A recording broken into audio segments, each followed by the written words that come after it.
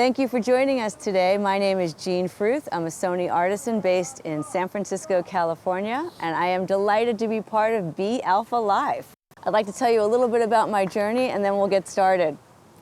I began my photography career in portraiture, not because it was my passion or my chosen path, but it was where the opportunity was.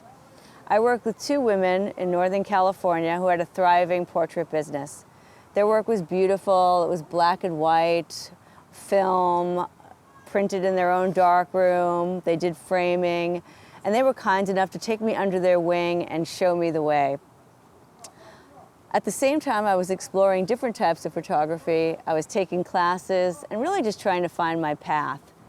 I started coaching my son's rookie ball and Little League teams and submitted photos to a local newspaper of the All-Star games, and they hired me to shoot high school sports, college, and then professional sports. I was shooting for 5 local papers. When sports presented itself as an option, I immediately loved it and I never looked back. The feeling that I had when I started shooting sports is the same feeling I have today. It's an adrenaline rush and an incredible energy like no other. I found my passion. I started shooting the Oakland A's, the San Francisco Giants, and the San Francisco 49ers on a regular basis, and I never looked back. As my career progressed in professional sports, I became the traveling photographer for the National Baseball Hall of Fame and Museum in Cooperstown, New York. The museum wanted to add a contemporary voice. Their marketing wanted social media platforms to grow, which was becoming much more important in the baseball world. My job was to tie in the contemporary game to history.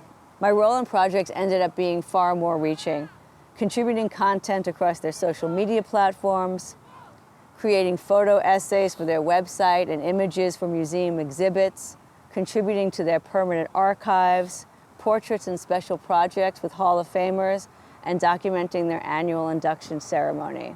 It gave me a year-round shooting schedule, which I still have today, shooting for the Hall of Fame's Latino partner, La Vida Baseball. I start with spring training, then the Major League Baseball season, followed by postseason, Winter League, usually in a Latin American country, then the Caribbean Series, which rotates countries each year, then back to spring training for the new baseball season. My first book, Grassroots Baseball, Where Legends Begin, was published in June of 2019. And in 2019, I co-founded an organization called Grassroots Baseball. Grassroots Baseball mission is to promote and celebrate the amateur game around the globe. The overarching goal of Grassroots Baseball is to give back by providing opportunity, inspiration, equipment, and instruction to the youngest of players, giving them the chance to play the game. This January, I'm proud to announce that Grassroots Baseball is now an official not-for-profit, and I'm working on my second book, Grassroots Baseball, Route 66. My plan for our time together is to talk about what is a great sports image, how to prepare for your shoot, making your plan, what gear will you need, pre-game, on location, angles, backgrounds, sense of place, working your plan, editing, learning from the masters, and we will leave some time for your questions at the end. So let's get started. What goes into making an iconic picture? Whether you're shooting the World Series or a Little League game, the goal remains the same, to make startling, memorable images. One of my heroes is a photographer named Henri Cartier-Bresson. For those of you who haven't seen or read The Decisive Moment, I strongly suggest you do. And you may be asking yourself, what does a surrealist photographer from the 1940s have to do with us? Well, for me, it's everything. We can't make a great picture unless we know what one is. Here are 4 quotes that sum it up for me. If I go to a place, it's trying to make a picture that concretizes a situation. At one glance, says everything. A strong relation of shapes, which for me is essential. It is a visual pleasure, geometry, structure, curves. a sensuous pleasure, an intellectual pleasure to have everything in the right place. The difference between a good picture and a mediocre picture is a question of millimeters. Small difference, but it's essential. It's seldom you make a great picture. You have to milk the cow quite a lot and get plenty of milk to make a little cheese. What is a good sports image? If it's action, capturing the athlete at peak action, exposed properly, framed and composed well. If you have a sense of place, even better. Watch your backgrounds. Nothing growing out of people's heads, and especially never having two heads converge or overlap. Fill up your frame. In football, every play ends with a tackle, but not every tackle is a picture. It needs to be special. Don't crop off limbs. Either go loose or go tight, but don't make it hurt. Having a deep knowledge of the game is a tremendous advantage to having success shooting it. The more you know about the game, the more consistency you will have in getting the shot.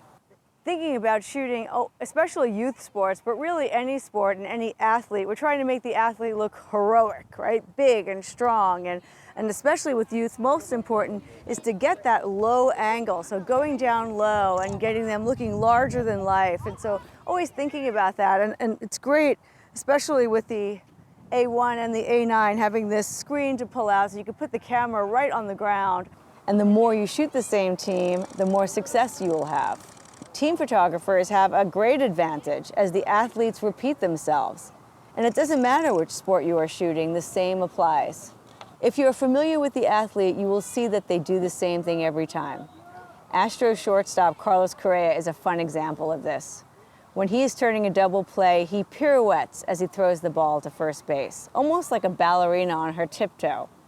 If you're shooting the Astros and you know the game, and you know Carlos Correa, when the opposing team has a man on first base with one out, if you stay focused on second base, you have a decent chance of capturing Carlos at the peak of action.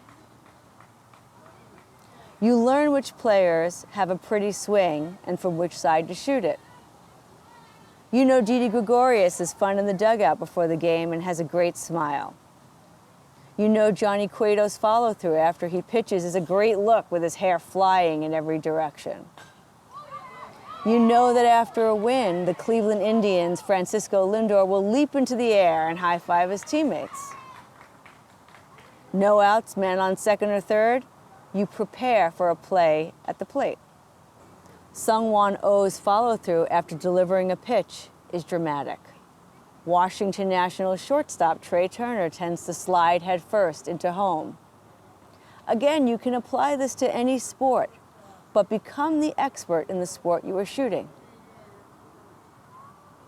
If it's not action, you need to tell another kind of story. In the end, you are storytellers. Tell me a story. Keep me interested. Good pictures don't need captions. Documenting the grassroots game around the world is much different than shooting a professional game. Baseball looks different in different places. I am much more interested in a sense of place for my grassroots work. Geography, topography, cathedrals versus sandlots. Sure, capturing the action is still part of grassroots baseball, but it's so much more. These images need to show a sense of place, tell a story, and ideally they show the culture. Though baseball may be played the same way all around the world, my job was to show that baseball looks different in different places. In the Dominican Republic, New York City, Japan, Cape Cod, Mexico, Mobile, Alabama, Cuba. As I am shooting this game today, like every game I shoot, I'll be looking for stories and trying to incorporate a sense of place as I shoot. People like to think the creative process is romantic. The artist drifts to sleep at night to be awakened by the subliminal echoes of his or her next brilliant idea. The truth is, for me at least, creativity is just primarily the result of hard work, study, and planning. I'm just sitting there with my coffee at the kitchen table, making my list and doing my homework. When I talk about prepping, for me, that is formulating the plan. This pitching photo, there was a plan. This image from spring training, there was a plan. This overhead at Houston during the World Series, there was a plan. I don't wait for the national anthem and run up to the top and decide I'm going to take an overhead. I get to the ballpark early. Sure, it looks like a simple image, but it requires planning. Where are you going to be? Exactly your timing. When you have a stadium full of people, which I hope we're going to have again, you need to have a plan of exactly how you're going to get up there and your timing to get back into your position before a game starts. So how do I formulate my plan? If this was a series of games that I was shooting today, I would have a plan at the end that would tell the story of the entire series, behind the scenes, portraits, fan shots, stadium shots, action, of course, reaction, and eventually a championship game with a celebration. It's really formulaic. I would have a daily plan. I never go to a shoot without a plan. It doesn't matter if I'm shooting the World Series or a Little League game, it's always the same. Today my plan is to document this game and to tell stories. My focus is going to be action, especially shooting with this new Sony A1 camera, 30 frames per second. We're going to put it to work. So it's 30 frames per second, but the camera is focusing 120 times per second. No other system does that. It's absolutely wild. So much before the game even begins that can be had for pictures. Really, whatever the sport is, you know, if you're shooting soccer, if you're shooting rodeo, if you're shooting hockey, the details, the portraits, all can be done pre-game and really tell the story in such a nice way. So it's a good time also to get portraits, you know, as they're just hanging out in their little group, and there's some nice candids to be had there. I just want to say thank you for that. Even though you got permission from your coaches, to just say hi to the official, tell them what you're doing. It's a respect thing, and then also they know why you're on the field and that you're not going to get in the way and it's not your first rodeo. You know, maybe you're shooting a game and your plan is just to concentrate on one player for the entire game. I was shooting a 3-game series between the Washington Nationals and the Texas Rangers. Max Scherzer was slated to pitch the second game. My plan for that day became Scherzer. I hovered around the dugout. Scherzer came out early and sat for a minute in the dugout before going to the bullpen. It was fortunate that happened because I also had to photograph someone else for my assignment and wasn't going to be able to shoot overhead in the bullpen. When the game began, I shot him from several angles, knowing that when the time in the game came that he was going to try and reach the milestone strikeout, I wanted an angle that included a video board in case they announced it. Well, they did, and I got these few shots. I was then able to get one of him in the dugout at the end of the inning after his accomplishment. I was hoping there'd be some kind of celebration from his teammates, but there wasn't. But I had the plan, it was in the plan, and had it happened, I was ready. So let's run through gear for a moment. Having your shooting plan certainly helps you establish what gear you will need. When I travel, I bring everything with me. As a good friend of mine would say, you don't go to the race without the car.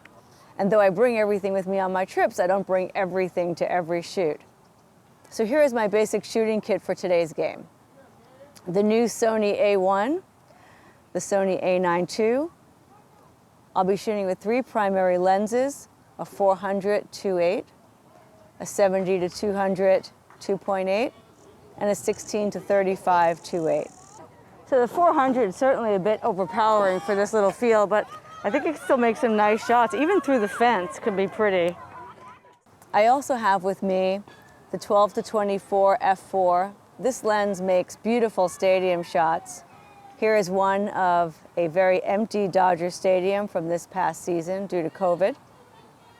2 primes, Sony G Master 85-1.4 and the 135-1.8.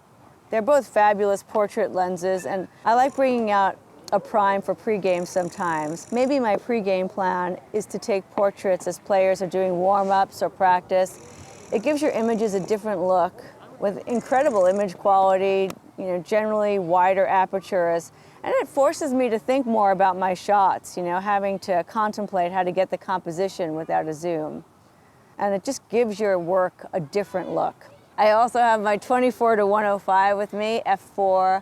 I always call this my walking around lens. When I'm going to dinner, I'm traveling, one body, one lens. This is not a technical workshop, but we have a Sony expert with us today to answer all of your questions, and I highly encourage you to reach out. And it's a perfect opportunity during B Alpha Live to get all your questions answered.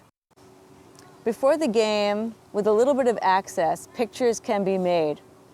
My friend and mentor, Baron Wolman, just passed away at the age of 83. He was the first photographer for Rolling Stone magazine. One of his first assignments was shooting The Who. When he picked up his credential, which of course he did early because he was a planner, they said, "Here's your credential and here's your backstage pass." And he said, "Backstage pass? What would I do with this?" And he went up front and found his place for the concert where he was going to shoot and waited for the concert to begin. Well, of course, some of the best photos in rock and roll were taken backstage before the concert even began. It didn't take long for Baron to make some of the best behind-the-scene images ever taken in rock and roll. So the point is, what can you get for pregame? If you have a 7 p.m. start for your game, the light may be beautiful during warm-ups, batting practice. Chase the light. Tell a story of the warm-up or a workout, a batting cage. Hitting off a tee can be a beautiful picture with a cool angle. A huddle with players and the coach. Preparing the field for practice. This is the first female Major League Baseball coach, Alyssa Nakken. Maybe it's a pretty picture of preparing the field. Detail pictures, shoes, chalking the line, a lineup card. A tight shot of a detail, bats in a bat rack. In the dugout or on the bench. And of course, portraits, tight on athletes' faces, change up the scale. With a little access, it's a time you can really get creative and make some pictures. Is there a pregame ceremony? Ask permission to get out there and try to make a picture. So now we're on location, so let's talk about scouting our location, arriving early to where we're shooting and getting familiar and finding what our angles are and what gear we're going to need for our shoot today. This is the first time I've been to this ballpark, so this is real-time scouting for me, so I'm going to figure it out as we go. So as I look around, the first thing I see is how great this is a dirt infield, which makes really pretty pictures when dirt is flying. If we can get somebody sliding into home, that would be terrific. So I'm just looking now for where can I shoot from, what angles are going to be best, and what my backgrounds are going to be, and is there anything that I want to avoid. So looking at shooting through that fence might be problematic, but I think we're going to try it anyway because it'll be an interesting angle to shoot through. Very easy access from first and third. I love that this whole thing is not fenced in. It's nice and open. That gives us a lot of options. As far as backgrounds go, we've got these big electrical towers, but they're starting to grow on me. Maybe they're part of the story. Not everything is a beautiful, picturesque field. I like the idea that this is where these kids are playing, and it's part of our scenery and it's part of our story. Is there any up position? I always look for an up to see if I can shoot either an overhead, maybe something picturesque. And the only up I see is kind of this little knoll here. I don't know if that'll work and if even we can get in there, but that's all part of trying to figure it out. When I first started shooting at other ballparks during regular season and playoffs, I was very concerned and preoccupied with access and positions. And I've really matured in my thinking and changed my approach to access, and I now worry very little about it. Sure, it's nice to have a primo position, such as a field level inside first during a World Series, but pictures can be made from many places. My approach in baseball has evolved over time, from shooting in first and third base wells, to roaming and being patient. I'm waiting for a picture to develop. Today, I'm just a lot less likely to settle for a mediocre shot and much more driven to create a picture. And with planning and creativity, this could be accomplished from all kinds of locations. There are many more photographers shooting professional games than in the past, and there are fewer and fewer places to shoot, all with tighter regulations. Teams are removing photo positions and adding premium seating.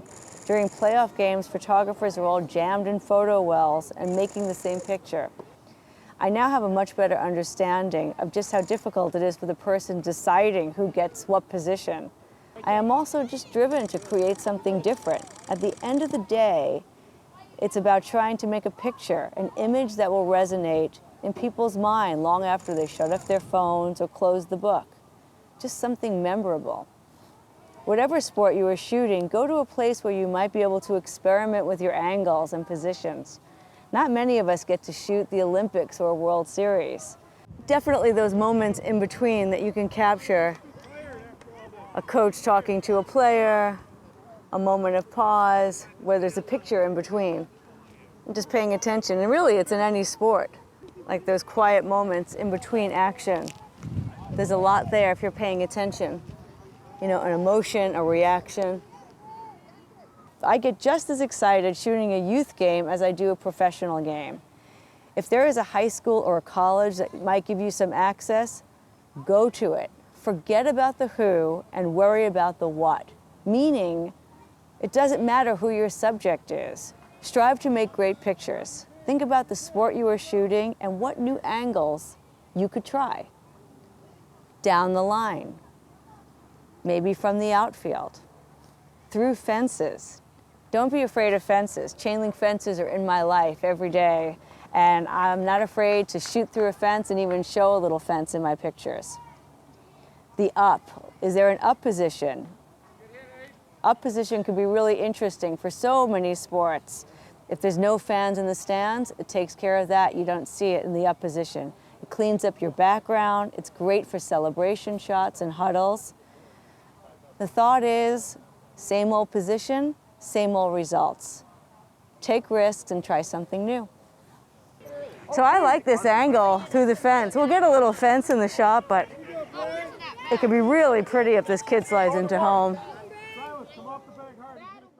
All right, so as we get to the end of the game and we have to figure out what the championship's going to look like, what the final out's going to look like, and what is going to be the reaction at the end of the game, and what do I want to capture? What is my plan for the end of this game? So we're at the 5th inning, and right now the yellow team, the Badgers, are up. So I'll probably position myself across from them and see if I can get a reaction of them coming out of their dugout, and also be able to get the reaction of them on the field. If they're on the field, when they win the game, what are they going to do? And just be prepared for that, the last out, what that last play of the game is going to be, and then immediately go into my reaction of the players of the winning team. And then when the moments are happening, because you have a plan, you're a lot calmer and you can execute and go through and capture and have more consistency capturing what you're looking for. For me, with baseball, is what position do I have? Who am I going to concentrate on that I am in a good position to capture? I stay on him or her, and once I get him or her, I move on to what else is happening on the field. Is it a leap, something you can get quick, and then move your lens to a huddle? For most sports, it's all formulaic, and it just requires a plan. So what is it? It's the final moments of the game. This one was a walk-off grand slam. Then reaction. Who will you be on? What is your plan? For me, during this World Series, it was Anthony Rendon because of my location, and also he was a key part of the game. Then usually it's a leap, and they leap. Then they hug, and they hug, and they leap and they hug. Remember that with 30 frames per second, no blackouts, continuous shooting comes in very handy for the end of the game. If you're shooting action at the very end, and you have an important play, and then you need to jump right into reaction and celebration, having a camera that can keep up with all that can make all the difference in getting your shot. I could just be on this pitcher's eye focus in, and all the way through his pitch, it stays right there. So all I'm doing is framing and composing and not worrying about my autofocus. It's just terrific. With the 50 megapixel files, a nice feature, especially for sports shooters, sometimes you don't have a choice of where your position is. So if you have to be further away from the action than you want, cropping in, you still have a nice size file even after a crop to be able to use for whatever uses you need. Then they converge and they dogpile. So what else might be your post-game plan? Well, how about the losing team? That can make a great picture and tell another kind of story. The manager or the coach interacting with a player, or a celebration after a very long wait. Reaction from the fans, and yes, I am hopeful that we will have fans again one day. Is there a trophy? Know that ahead of time and be ready to look for those shots. A fun group shot, maybe champagne, or maybe a dip in the pool. You don't know what is going to happen, but the stronger your plan is, the more prepared you'll be when something does happen. Let's talk about editing. Sometimes it's not a picture. The most important mentor in my photography career is a photo editor. No one has moved the needle for me more significantly or quicker than Steve Fine. Steve was the director of photography for Sports Illustrated for 17 years. For my shoots for the Baseball Hall of Fame and now for La Vida Baseball, after I shoot, I need to send my pictures and tell the story that relates to the assignment that I was given. As I'm sure many of you have experienced, before you even download your take, you sort of have an idea which are the top images and where they are. It doesn't take me long to go through and find the images to send, and they don't want 50 pictures to sort through. They want me to do my job and to edit. One pitch at a time. When I'm shooting with the Sony A9 II and now the Sony Alpha 1, I also have voice tags for an important play or an image. Also makes it easy for me to find those images later on during my edit. Later I'll do a larger edit for archives, but for that quick turnaround, you need to be precise and you need to know how to choose the right image. Sure, the Sony A1 can take 30 frames per second, and that is beyond wonderful. But they don't need 30, they need 1, and it has to be the right image. Which is the right image here? In this case, it's the first one. The second one is good, and if that's all I had, that's what I would send. But it's not the one.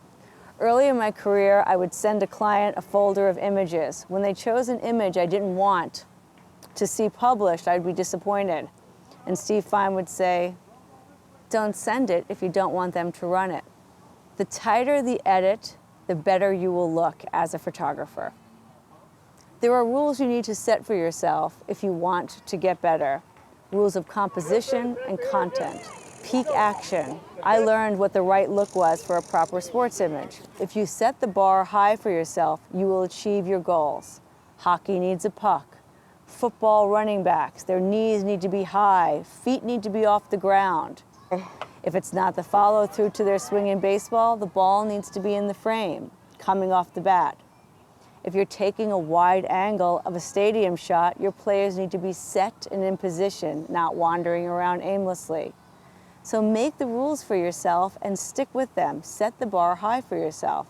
There is a glut of pictures out there, and it seems that on social media and with big sports accounts, quality just may not always matter. And with the advent of camera phones, more pictures were taken last year than in all the years since photography was invented combined. And more pictures will be taken next year than this year. However, just because there are more pictures out there doesn't mean there are more good pictures out there. So I've shared with you my personal roadmap for getting images that I'm proud of, knowing what makes a great sports image and how to prepare for your shoot, the gear you'll need, and making the most of your location and angles, and how serious editing by yourself and with the help of others can raise the bar every time. by and large, I've been fortunate, and I continue to be fortunate to have a very positive experience while growing in my industry. My mentors, who have been incredibly generous with their time and their knowledge and guidance, are now lifelong friends. Among them and the community of photographers I have come to know, I've really learned the importance of giving back to the communities that I live and work in. So the most valuable advice I can give you today is to network and find your mentors. Interning and working for seasoned photographers is invaluable. Study the iconic photographers who came before us. Buy their books. Hold them in your hand instead of looking at them on a 2x2 screen. We have so much to learn from those who came before us. I am more classic in my thinking, and I'm a purist at heart, so their work really resonates with me. Michael Zagaris, David Burnett, John Zimmerman, Walter, Mark Kaufman, Neil Leifer, and of course, Henri Cartier-Bresson. Thanks for listening. Let's move to questions.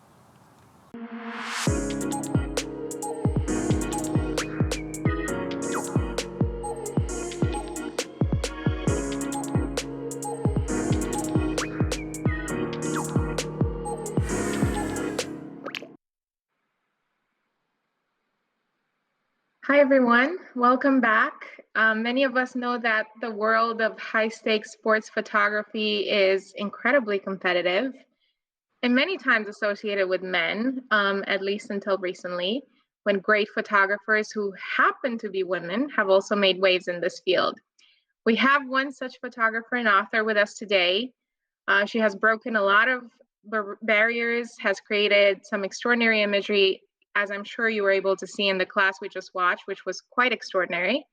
MLB photographer, World Series game photographer, Hall of Fame documentarian, and now she's living La Vida Baseball and going places a lot of us only dream of. So welcome, Sony Artisan of Imagery, Jean Fruth. Thanks so much, Michaela. So great to be here. Great to see you again. Great to have you. So many comments in the chat, Jean, about how useful and how really great this class was that you just provided. I concur. It has so much information. It feels like a mini masterclass in sports photography. So thank you so much. Really well done. Thank you. It was so fun to do and put it all together. So I'm happy folks enjoyed it. So let's talk. We have a few questions from the audience that I'm going to ask you.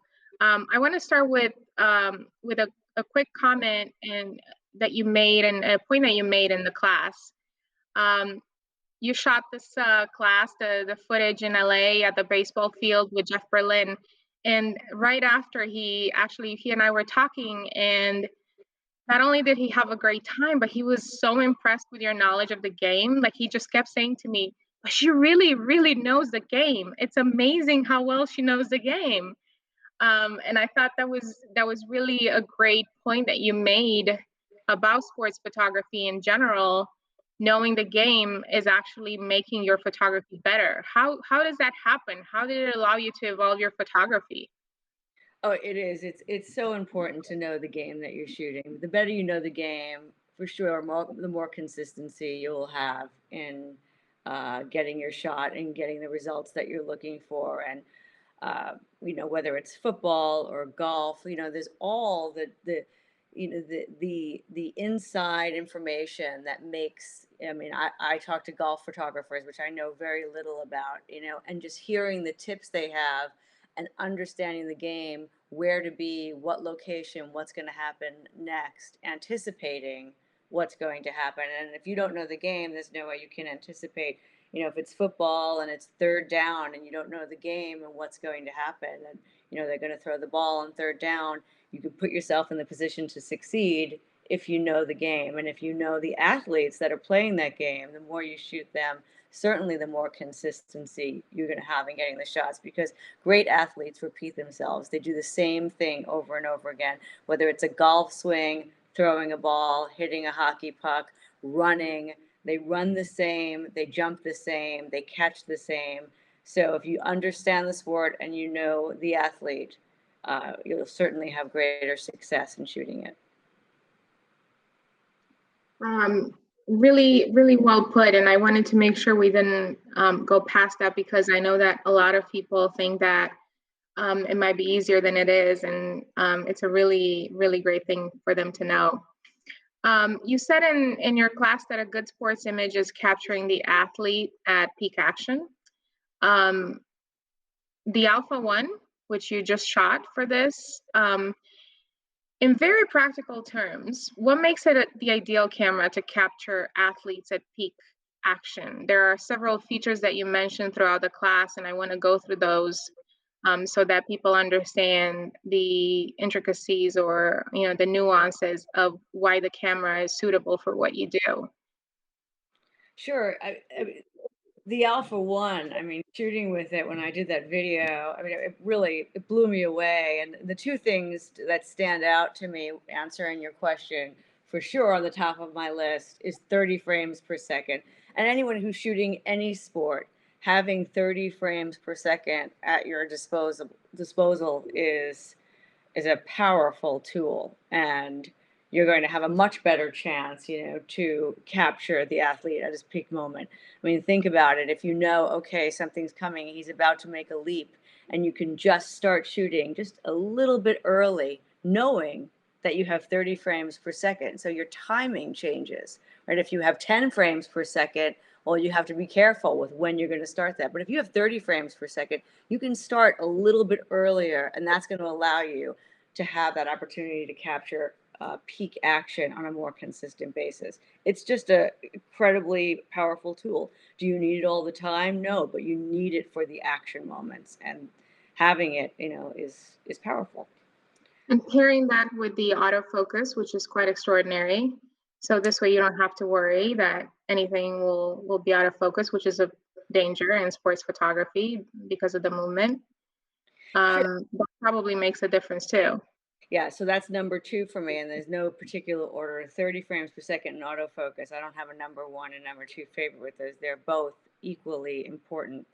Autofocus, I mean, the autofocus on the A9 II is absolutely incredible. And then when I started using the Alpha 1, I was just blown away that it could even get better, and it certainly did. And, just being able to lock on to that athlete's eye and follow through his action all the way to peak action again is incredible. And when you have that and you can count on autofocus, then what are you doing? You're spending your time doing what you love to do. You're creating, right? You're composing your shot and you're framing your shot. You can let the autofocus go and let your camera do the work for you. In that arena, now your job is to create the best image you can create. So yeah, 30 frames per second, autofocus. Now you're a creator, and that's where you spend your time. That's amazing. And I heard a lot of that, and I think it crosses different genres of photography as well. Going back to the 30 frames per second, that is a lot of shots, thousands of shots. So Matt is asking in the chat, how do you go about culling your thousands of images you take during a session? Well, for me, I use voice tagging to find my images quickly. So when I know I have something that's important to me and I'm on deadline and I have to, I've had a long day of shooting and now I'm downloading and I've got to grab stuff quick and send to whoever the client is, or for La Vida Baseball in many cases. The voice tagging really helps me sort through, when you're shooting what you have, or at least you hope you have, and you know where it is in the take, so it doesn't take you that long anyway. But the voice tagging is nice because it just gets you there a little bit faster. So then you're just going through your take and you're finding those voice tags and you're not missing anything. So I like the voice tagging for. I use voice tagging for other things too, IDing a play, IDing a player. But also just for tagging a particular play that I know I'm going to want to grab later quickly. So for those uses, it's terrific.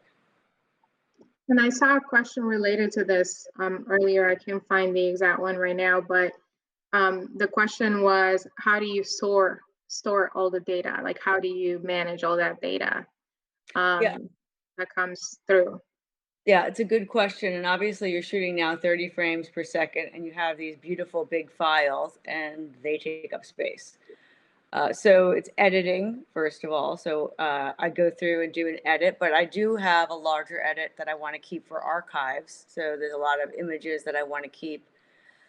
So once I get done with my edit and I have what I'm keeping, I will store my images both on a hard drive at my home, and I do hard drives by year to keep them organized in folders, and then everything gets uploaded to a site that stores. I use PhotoShelter, but there's other places, and I store all my images there after they're captioned as well. So everything's captioned with metadata so that I can find it with keywords. Everything goes on, so it's off-site. So if anything did happen to my hard drives here at my home, I also have a backup that's stored, so everything is safe and protected, and also searchable. So I'm able to put in my keyword and find, if I'm looking for a photo of Miguel Cabrera, I can put his name in and pull up every image of Miguel Cabrera that I took, and it's nice to have.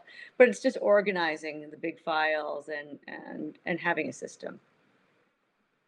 Related to the management of files, someone was asking about voice tagging, which you mentioned in the class as being an important feature that you use. How do you go about using the voice tags afterwards to find the photo that you want?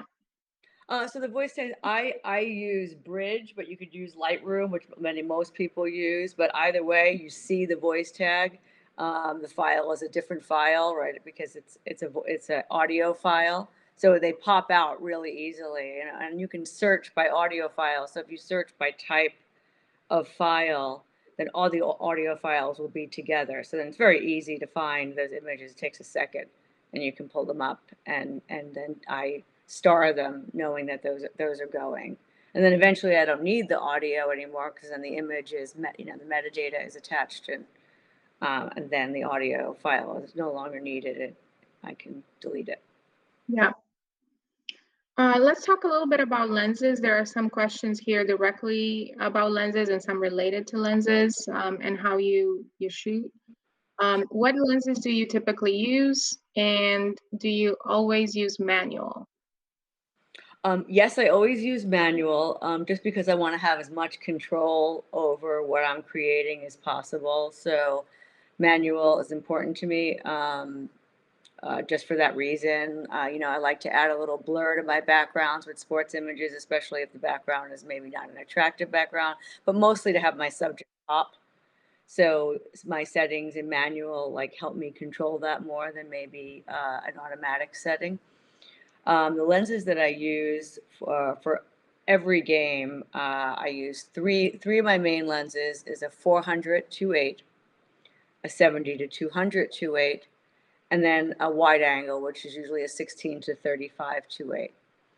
With me for pre-game, I'll also bring a prime, either the 85 or the 125. Is that right? Michaela, help me with that one. But I bring both of those lenses with me. 35. 135, thank you. 135. So I have two primes that I play with. I like those for portraits, and sometimes I just take them out pre-game and just use, not both of them, I'll just use one, and just do portraits. I like the look of that lens, just for a different look. The portraits are beautiful, so I'll play with that.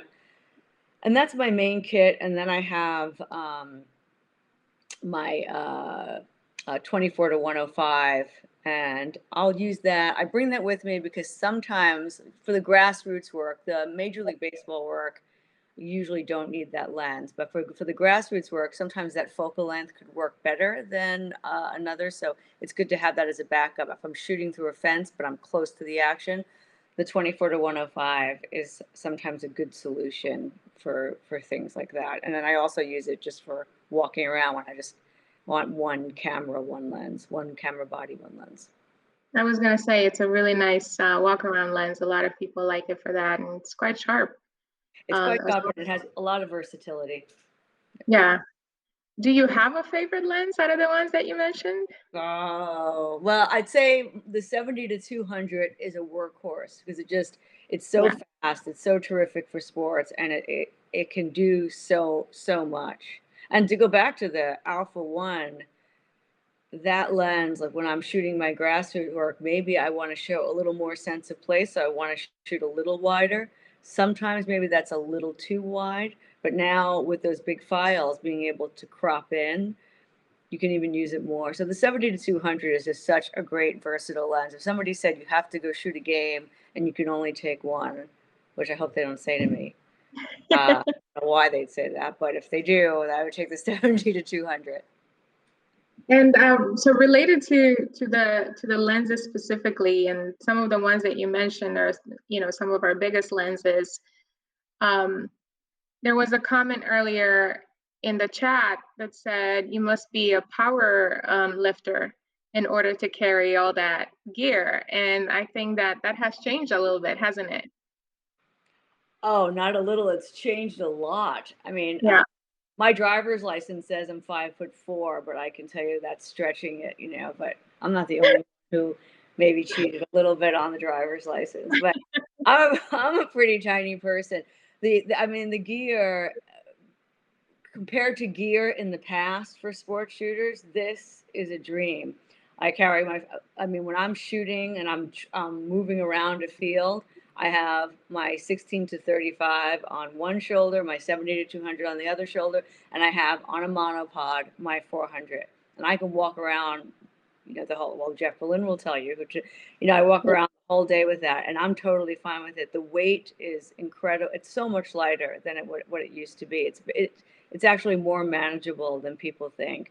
I mean, you're walking around with this big 400 lens, and people say, "Whoa, like you must be, like a powerhouse," right? And I sometimes tell them to hold it and feel it, and they're shocked at the weight of how light it is. But I also like that it does look impressive. It really does look It impressive. does, I yeah. mean, there was a time when you couldn't really shoot handheld with any of these lenses because it would have been just impossible to actually do. And now with the focus that we have in our camera, the stabilization and the weight being so much lower, a lot of people are even trying to shoot handheld for the 200 600 or the 100 400. And I know you're only using it on the 400 on monopod, but you've been doing handheld for the other ones for quite some time. Oh yeah, everything now is handheld. I don't use a tripod for anything anymore. It's even in low light, you can handhold everything. It's really not a problem. And if I had to handhold the 400, sure, I could do it. It doesn't make sense though because I have these two cameras on my shoulder to navigate all three and to switch back and forth. It's nicer to have the 400 on a monopod just to keep it steady and be able to turn to your action and pivot. So, but yeah, the weight is no longer a problem, and I'm certainly on the little side of the spectrum for sports shooters, and it's also for I travel so much and back on airplanes again now, and even getting everything in the overhead bin, it's half the weight of what it used to be, and that's a big deal when you're lifting it over your head. Yeah, for sure. Yeah. We have several questions here about the cards that you use. What memory cards do you use? And what did you use in the Alpha One this past weekend? Yeah, the Alpha One, it's the new tough card. I'm sorry, I'll ask you for the technical to get it right, but it was a big card. It was a 128. Um, Yeah, it is a tough card. It's did you use the CFX cards or did you yes. use yeah, okay. Yeah, CFX, yeah, yeah, okay. yeah. And just because, I was shooting for that shoot, I shot a RAW and a JPEG for that shoot because I wanted to have the RAWs as well. We were only using the JPEGs for this purpose, and I still wanted to preserve my RAW for later on to have it. So I wanted to have enough space to be able to shoot both for the whole shoot, and that worked out well to have those cards. So that's what I'll use going forward when I start shooting full time with the Alpha One. Makes sense. There was actually a question in the chat about RAW versus JPEG. Do you typically shoot both or just RAW? I typically shoot just RAW if I'm just shooting for myself, and then I have to just deliver later. If I have to just send, I like having as much information in the image as I can have, whether just to preserve that. It's certainly the best quality. And I don't know what I'm going to be using the image for. I'm working on a second book, so things are going to be printed if you decide you want to print something large. So shooting the raw image to me is important. If I'm shooting and I need to deliver images on the spot, if somebody's pulling my cards and as the shoot is going on, I'll shoot one card to RAW and one card to JPEG, so that I can just give them the JPEG cards. Mm-hmm. So that's how I'll navigate that. But otherwise, it's just RAW. For this particular one, I did RAW and JPEG because now we're just catching up to capture the image on RAW. So to turn this video around quickly, we did it with JPEGs. So I shot both, but it's easy enough to shoot both. It didn't slow anything down. There's actually a question related to that, to what you just said just now about delivering photos, and really great feature to be able to record JPEGs on one and RAW on another, and I think that makes life a lot easier. Someone was asking, how do you turn around images quickly, from Kevin, when there's a quick deadline after the game or in game?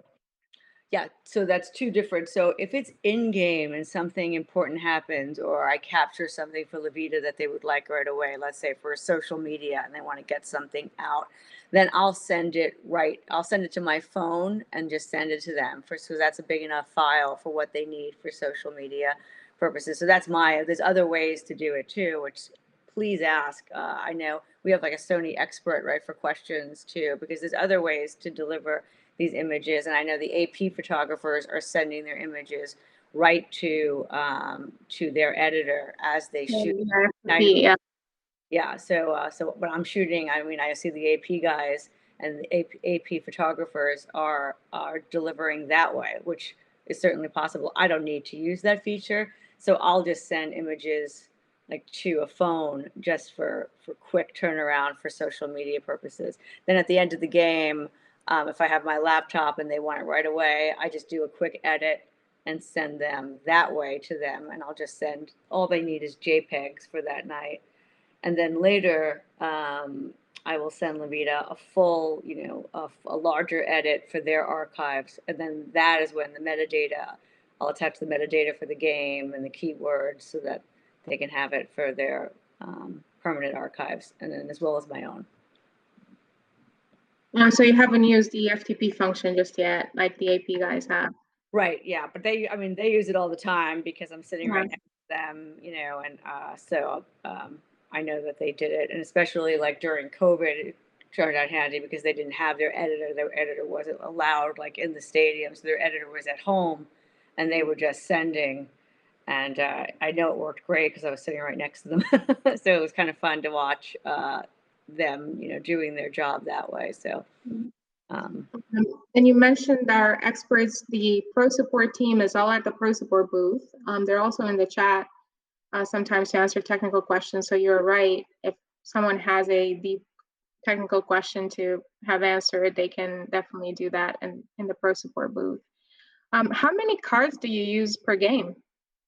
It depends on the shoot. I mean, those are big cards. So really, one, and if I'm shooting with 3 cameras, obviously I'm not just shooting with one camera.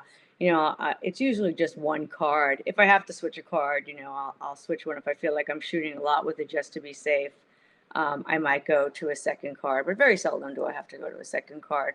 Usually everything fits on one card, and I'm shooting RAW. So I think it makes more sense just to have one larger card and then not worry about it. Do you use back button focus like in the old days? I do. Or you do? Yeah, I do. I love back button focus. So I still think it's like the best way to shoot. It's the best for me. You have to find what's best for your style. So yes, back button focus just works terrific for me. I'm able to sit on it with my autofocus, lock on to my athlete, and then just follow them all the way through. And then I'm framing and shooting when I want to shoot. And that's my system. So we have a couple of minutes left. I have a couple of more questions. You said that great pictures don't need captions. So how does one evaluate a very good photo? Well, it tells a story, right, at one glance, and that's what we are. We're storytellers, and that's we want to be creators and not get bogged down with the technical, but we want to, make something that's memorable. So that's the point of it. Doesn't need If it doesn't need a caption, then you've told the story in such a beautiful way. Whether it's a photo essay or just one image that really says something, and what did you want to convey? And so I think a great image is in your mind. What did you want to convey? And then you execute that, and you look at the image, and there it is. You've told your story. So to me, that's a great image. And it goes back to the planning that you stressed in your class. Always planning is the most important. And if you plan the image right, then you should end up with the right image. You also said that creativity is the result of hard work, study, and planning. So, related to that, what is your advice for people who are just now getting into sports photography or, want to take it to the next level? My advice would be for sure to study those who came before you, or study those right now who you admire. I mean, the research and the planning I do is I'm always looking at images. What am I going to shoot? What's already been done? What's out there? I also, when I come across images that are interesting, and they don't even have to be sports images, like I look at images that resonate with me, and I say, how can I make something like that in what I'm doing? And maybe the technique or the composition or something about it that's really cool, shooting through something to get something else. And I see that and think, I can do that and apply it to what I'm doing. And then the plan starts to formulate, and that's fun. So I think it's the study of other photography, studying those who came before us and who you admire, and really paying attention. And then putting the best portfolio that you can put together, and taking the time to put that portfolio together, because it's a great exercise. And updating, you may have a portfolio, but now you're shooting more, you've changed, you've pivoted, you've gotten better, you've improved. So don't let that old portfolio sit there. Update the portfolio to what your best images are. Get rid of the old ones, update it, and take a look, because when you put it together yourself, you learn something. And then if you can have someone else look at it for you, an editor to take a look, and not only say, hey, can you take a look at these pictures and send me an email? If you can go through and why one is good and one's not so good, or why one's better than the other, and getting the feedback can really move your photography along to the next level. That is excellent advice, Jean. Thank you so much. I think people would spend hours with you if they could, and if they can, then they should definitely try. Looking forward to your Grassroots Baseball Route 66 book. I know you're working on that now, and that's what's next for you. So very exciting. Thank you so much again for doing this class. It was wonderful, and for answering all the questions. Um, as always, wonderful, just Well, wonderful. Thank you so much, Jean. thanks everybody for watching.